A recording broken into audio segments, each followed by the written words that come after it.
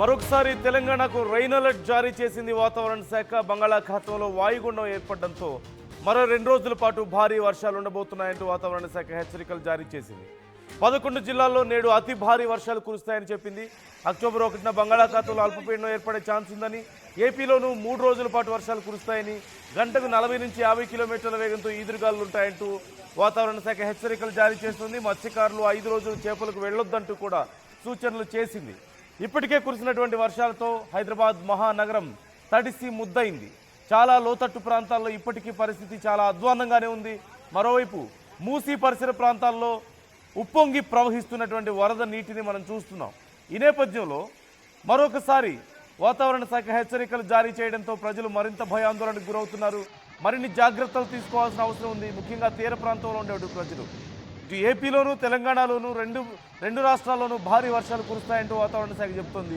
ఈ నేపథ్యంలో 2 రాష్ట్రాల్లోనూ ముఖ్యంగా తీరం దగ్గరగా ఉండేటువంటి ప్రజలు అతి జాగ్రత్తగా ఉండాలని, చేపల వేటకు వెళ్ళొద్దని, మొత్తం 11 జిల్లాల్లో తెలంగాణలో నేడు అతి భారీ వర్షాలు ఉండబోతున్నాయంటూ వాతావరణ శాఖ చెప్తోంది.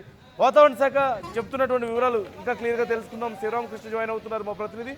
శివరామకృష్ణ, డీటెయిల్స్ ఎలా ఉన్నాయి? శివరామకృష్ణ, డీటెయిల్స్ ఎలా ఉన్నాయి? వాతావరణ శాఖ ఏమి హెచ్చరికలు చేస్తోంది?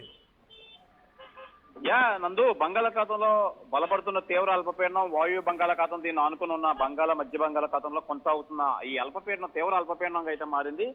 ఈ నేపథ్యంలో ఇది పశ్చిమ దిశగా కదులుతూ మరికొద్ది గంటల్లో అయితే పశ్చిమ మధ్య బంగాళాఖాతంలో వాయుగుండంగా బలపడే అవకాశం ఉందని చెప్పి వాతావరణ శాఖ అయితే తెలియజేస్తున్నారు. అనంతరం వాయుగుండంగా పశ్చిమ దిశగా కదులుతూ రేపు ఎల్లుండిలో దక్షిణ ఒడిశా ఉత్తరాంధ్ర మధ్య తీరాన్ని అయితే తాకే అవకాశం అయితే ఉంది. దీని ప్రభావంతో రాగల 5 రోజుల పాటు ఏపీలో తేలికపాటి నుంచి ఓ మోస్తారు వర్షాలు అయితే కురుస్తాయని చెప్పి వాతావరణ శాఖ అయితే తెలియజేస్తున్నారు. ఇవాళ శ్రీకాకుళం, విజయనగరం, పార్వతీపురం, మన్యం, విశాఖ, అనకాపల్లి, ఏలూరు, ఎన్టీఆర్ లో ఆరెంజ్ అలర్ట్ అయితే కొనసాగుతుంది.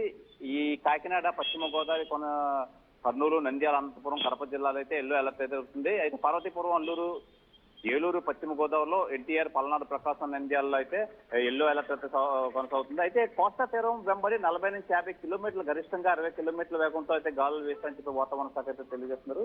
అయితే రానున్న 5 రోజుల పాటు బంగాళాఖాతంలో మత్స్యకారులు చేపలకు వేటకు వెళ్లరాదని హెచ్చరికలు అయితే జారీ చేశారు. అయితే రాష్ట్రంలో కృష్ణపట్నం ఓడరేవు మినహా మిగిలిన అన్ని ఓడరేవులను 3వ నెంబర్ ప్రమాద హెచ్చరికలు జారీ చేశారు. నందు, రైట్. అంటే ముఖ్యంగా ఏ ప్రాంతాల మీద ఎఫెక్ట్ ఉండే అవకాశం ఉంది? అలాగే చాలా ప్రాంతాల్లో ఇప్పటికీ రైతులు పంటలు వేస్తున్నారు కదా, ఎలా ఉంది పరిస్థితి? అదే మొత్తం రైతులైతే ఈ వర్ష ప్రభావం వల్ల చాలా నష్టపోయారని చెప్పాలి. ముఖ్యంగా మొక్కజొన్న రైతులైతే మొత్తం పంట అయితే మునిగిపోయి మొక్కజొన్న మొత్తం అంతా కుళ్ళిపోయిన నేపథ్యం అయితే ఉంది.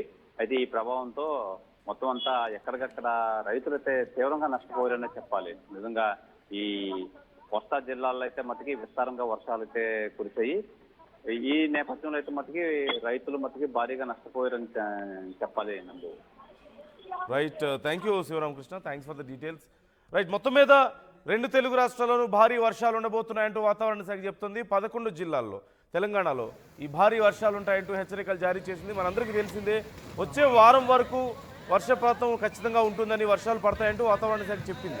అయితే ఇవాళ రేపు, ముఖ్యంగా ఈరోజు రాత్రి అలాగే రేపు అతి భారీ వర్షాలు ఉండబోతున్నాయని, గంటకు 40 నుంచి 50 కిలోమీటర్ల వేగంతో ఈదురుగాలు వేస్తాయి, ఉరుములు మెరుపులతో కూడినటువంటి వర్షపాతం నమోదవుతుందంటూ వాతావరణ శాఖ చెప్తుంది.